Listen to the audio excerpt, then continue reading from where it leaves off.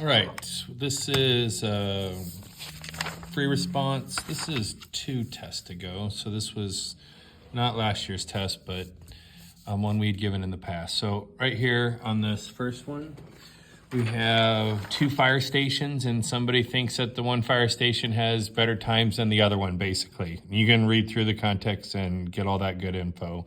So we want mu sub 1 minus mu sub 2 with 95% confidence. And this time I made 1 the north and 2 the south. There's no particular reason why, I just did. So you could have made south the first one. It doesn't matter. It's not a new minus old, so there's no reason to really have picked one over the other. I guess I'm just repeating myself. So here we go. Then this the inference method, a 2 sample t interval from mu sub 1 minus mu sub 2. All right, that shouldn't be a problem for us. Obviously 2 sample t because of mu, interval because it's a confidence interval, okay? And then mu sub 1 minus mu sub 2 because it's means, which was the t also. 2 independent random samples, assume at least 500 calls to both the north and south stations. Didn't get super context either, but that's fine. And then 50 is greater than or equal to 30 for both. They're both 50. I'm still gonna write that twice. Maybe you only have to write it once. I'm gonna say write it twice, just to be safe.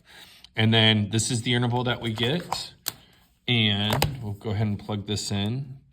So we're gonna go stat test. And this is a 2 sample t interval. So we remember intervals are the bottom 6. So 2 sample t interval 0. And then this one is a stats one, and thankfully, because, well, we got a data one coming, all right? And then the first one, so I have to make sure that I pick the north ones, and I've already done this one wrong before. So selected the north. I'm gonna underline north, and it was 4.3 and 3.7. And then for the south, we got 5.3 and 3.2. So make sure I'm real careful about which ones I plug in. So 4.3, 3.7, and 50 for the sample size.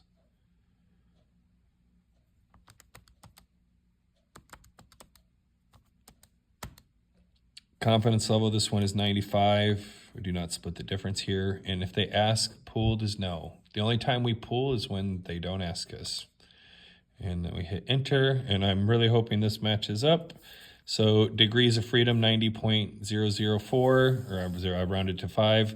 And then the interval, there's the confidence interval. Now, if in an alternate universe or on your paper, you did 1 was south, and 2 was north, all right? And then your confidence interval would be negative 3.37323 and then to 2.373.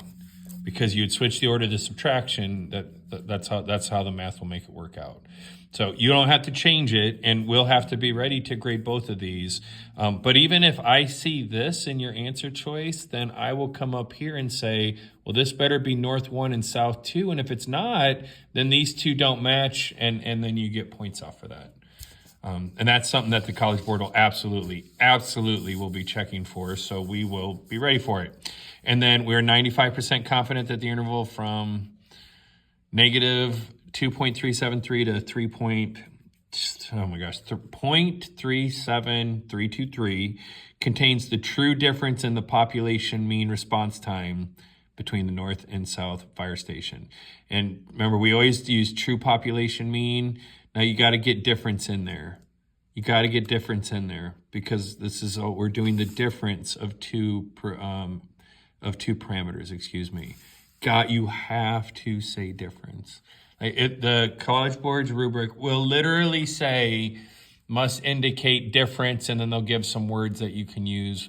But we're going to say just difference. All right. And then does the confidence interval support their claim? And the answer is no. And we've got values on both sides. 0 is in there. In this one, 0 would be clearly enough because they stated that the north is faster, and I'm saying it's plausible that there isn't even a difference at all. There you go. By the way, you should be getting to be able to do these pretty fast. So hopefully if you practice, I would like to say if you actually sat down and concentrated, that you could have got all 3 of these questions done in 20 minutes. And I'd say less than 20 minutes except for this box plot that we're fixing to have to deal with here. All right. So this one, I went ahead and pre-loaded up the numbers. Actually, I had a couple calculators ready. Should have got them ready in order. So first, I need to input the data. Now, on this one, I went ahead and did buy right fish first and fish friends second. Now, there's actually, it says fish friends are greater than. There's actually an idea there that you might do fish friends first and then buy right second. And again, it doesn't matter. We're going to get the answer either way. And just like we did on the last one, I'll show you how it'll look a little bit different. But right here, and by the way, the concept is it says fish friends is greater, but then I have buy right is less. I'm saying that in this case, I don't believe that that matters, but I guess there is a train of thought. I really like the fact that 1 is on top and 2 is the bottom number, but we could have switched that and did fish friends as 1, and then we would say mu of 1 is greater than, which I don't know, like I said, in a perfect world, it would have been maybe written like that, but it's not, and I'm not fixing it. It should be fine the way it is. So anyway, you can see I've already pre-typed in the data. I do want to point out when you get down, this one's not so bad because there's small sample sizes, but when I go down to this last number that I typed in, this 3.8, it says L1, and then it gives me the 8. That means it's the 8th data point. And over here, it's 10, so 8 and 10 bits of data. Ooh. So it won't be able to tell you which number you missed or which number you put in too many, but you can find out if you screwed up your data entry, if you have one number too many or one not enough. This is a 2-sample t-test for mu sub 1 minus mu sub 2, 2 independent random samples, 80 tropical fish from buy right and 100 from fish friends at least. And there are large counts. They're not big enough. So we look at the samples distributions, and I've got the box plot right here, and we'll get this on the calculator here in just 1 second. But I'm just going to go ahead and finish talking that out. So both samples show no strong skewness and no outliers. We will assume the populations are approximately normal. Gotta say population. Don't say sampling distribution anywhere in this answer. That's what we're trying to show is approximately normal, but we show it by large counts, population, or if the samples don't give us any reason to be alarmed. Anyway, all right, and then on the calculator, we're gonna go ahead and we hit second y equals. Also, you can tell I've already got this plugged in, but I'll just go through like it wasn't. So I hit enter, turn this one on, and then we want to make sure we pick the box plot that has the little dots on it. If there's outliers, I want to see the outliers. Okay, and then if I go up to plot 2, I can just go ahead and slide straight over to plot 2. I can also hit second y equals, go down and hit enter. That works as well. Turn it on, box plot, but I need this to be L2. I need this to be L2. Now, I do want to show you if it is L1, and we zoom 9 to see the graph. See how those graphs are exactly the same? That means that you forgot to switch to L2. So then we'll switch back to L2. That happens all the time. None of you that are watching this video will do that on your test, or hopefully not very many of you, but some will. And again, zoom 9, but be careful. All right, and then again, I can go to trace, and I can bounce around to get those numbers. And again, always go to the biggest one. So this one went to 2.6. So I made my cutoff 2.5 because I wanted it to be a nice, easy number. And then it said 4.2, so I went up to 4. So I just went up by 0.5s. Maybe I could have went up to 4.5, but you know, whatever. You need 2 numbers minimum. I think 3 is probably better, but this one based on the numbers 2.5 to 4, I went up by 0.5. And then make the graphs fit into your scale. Do not forget to label. And that's really more like the scale. It's not really scale because it's not numbers, but buy right and fish friends, but go ahead and still label the y-axis as like the store. So anyway, there's a box plot. If it's 2025, There'll be no box plots because the way we're doing the test this year, we didn't want to have some people have a box plot and some not. We didn't figure that was fair. All right, and then finish this off, and we're going to go stat test. This is a 2-sample t-test. This is on the data half of things, and I got the L1, L2 just like I want it. Now on mine, I'm trying to show L1 is less than L2. That's how I have mine typed in. Yours might be different, and that's fine. And then there's my numbers. And look at that p-value. That's pretty high for the p-value. Now, if you had done fish friends first, and then you were showing that one was greater, this would be positive 2.586. And again, it doesn't matter which one you picked. It's just whatever that you have written down on your paper matches. And then again, they also give us all the information to include that. And then the p-value is greater than alpha. We failed to reject null. We do not have evidence that the mean length of tropical fish from fish friends is larger than by rights. And I put down here, or that by rights is smaller. I honestly and truly don't think that they're going to care on that. All right, and then we have the experiment, including this is pooled. I'm going to go ahead and do this as pooled correctly.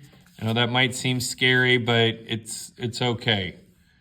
It's going to be okay. Or maybe it's not going to be okay. I don't know. So anyway, on this problem, you're going to go through the context yourself, but they have a cardio pump that they're thinking about doing instead of CPR when they have a heart attack patient. And hold on, I'm going to make sure I got this all pre-typed in. I think I picked the right calculator.